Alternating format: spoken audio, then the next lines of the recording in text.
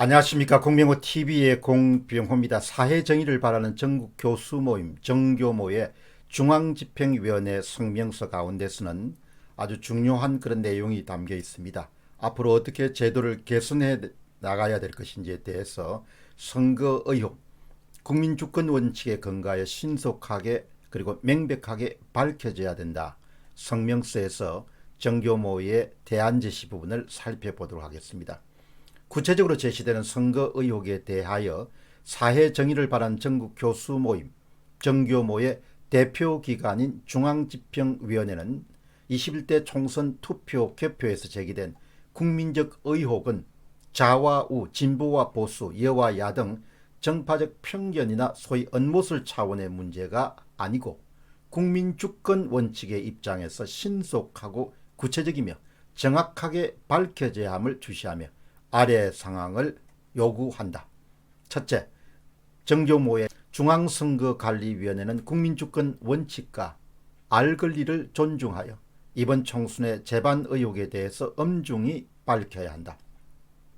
선거 사무 수행의 정당성 유무에 관련한 모든 증거 자료는 중앙선거관리위원회가 보유하고 있으므로 그 정당성에 대한 최종적 입증 책임은 의혹 제기 측이 아닌 중앙선거관리위원회 측에 있다. 여러분, 이 부분은 아주 중요합니다.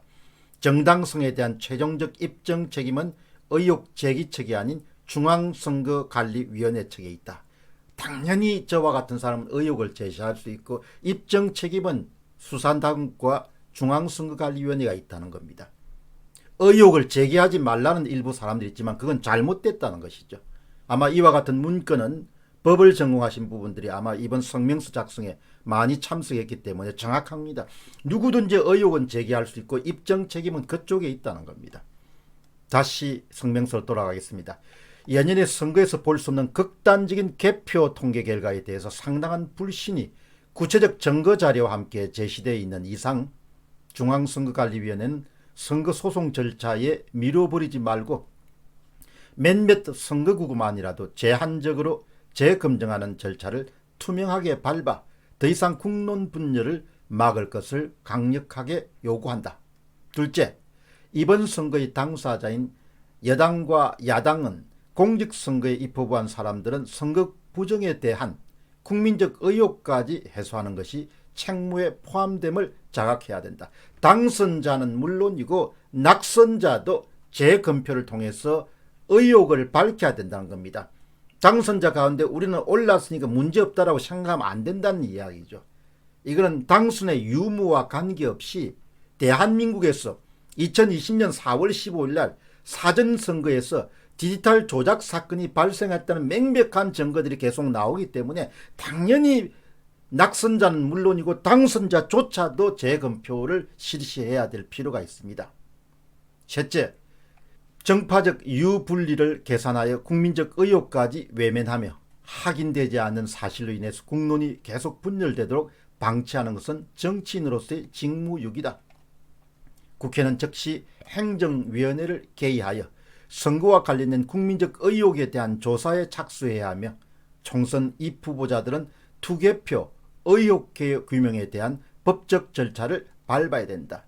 미래통합당의 모든 당선자와 미래통합당의 모든 낙선자들은 국민의 이름으로 당연히 뭡니까? 의혹 규명에 나서야 되는 것이죠. 내가 당선되고 낙선되지 않은 것은 그렇게 중요한 문제가 아니라는 겁니다.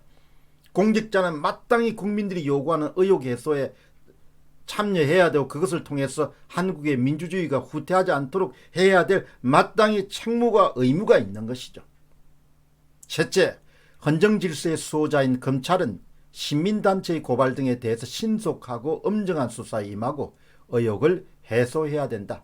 검표 프로그램을 실제로 만들고 이번 선거관리 차원에서 운영한 사람들에 대한 수사도 진행해야 되며 외부 해킹 가능성도 조사해야 된다. 모든 게 다 이렇게 지적했네요. 교수님들이. 외부 해킹 가능성, 프로그램을 운영한 사람들, 법원, 정부 및 국회는 그 결과에 따른 사법적 판결, 행정적, 입법적 후속 조치 시행에 만전을 기해야 된다.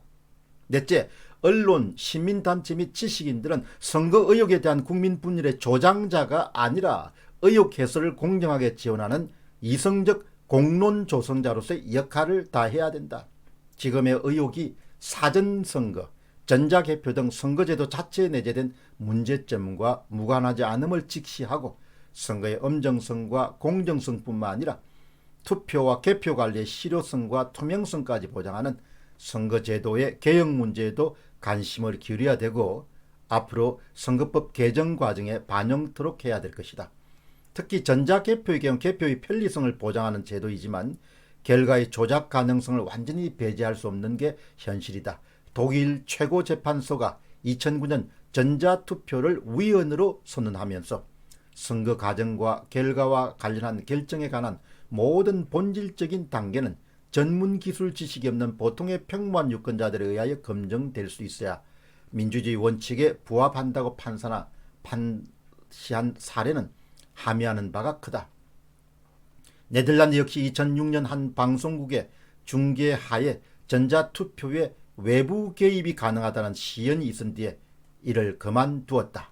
행정 편의를 이유로 국민 주권 원칙을 훼손할 여지가 충분한 제시된 사항을 검증 없이 넘어가서는 안 된다. 정부, 정치권, 시민사회는 대한민국의 헌법과 민주주의 제도의 정당성과 사회통합을 회복하기 위한 원칙을 세우는 작업부터 진행해 나가자.